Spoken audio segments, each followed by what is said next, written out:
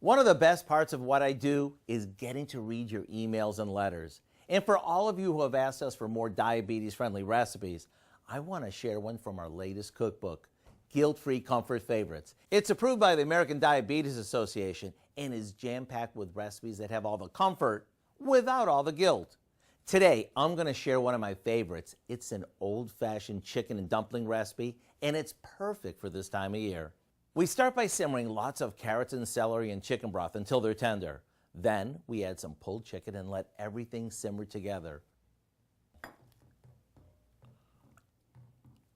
Right before we're ready to serve it, we top it with a quick throw together dumpling dough and let it steam until they're light and fluffy.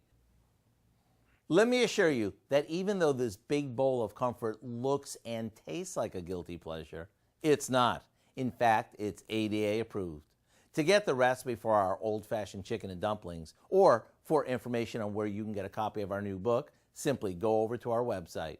I'm Howard in the Mr. Food Test Kitchen, where today we found a comforting, guilt-free way for you to say, ooh, it's so good.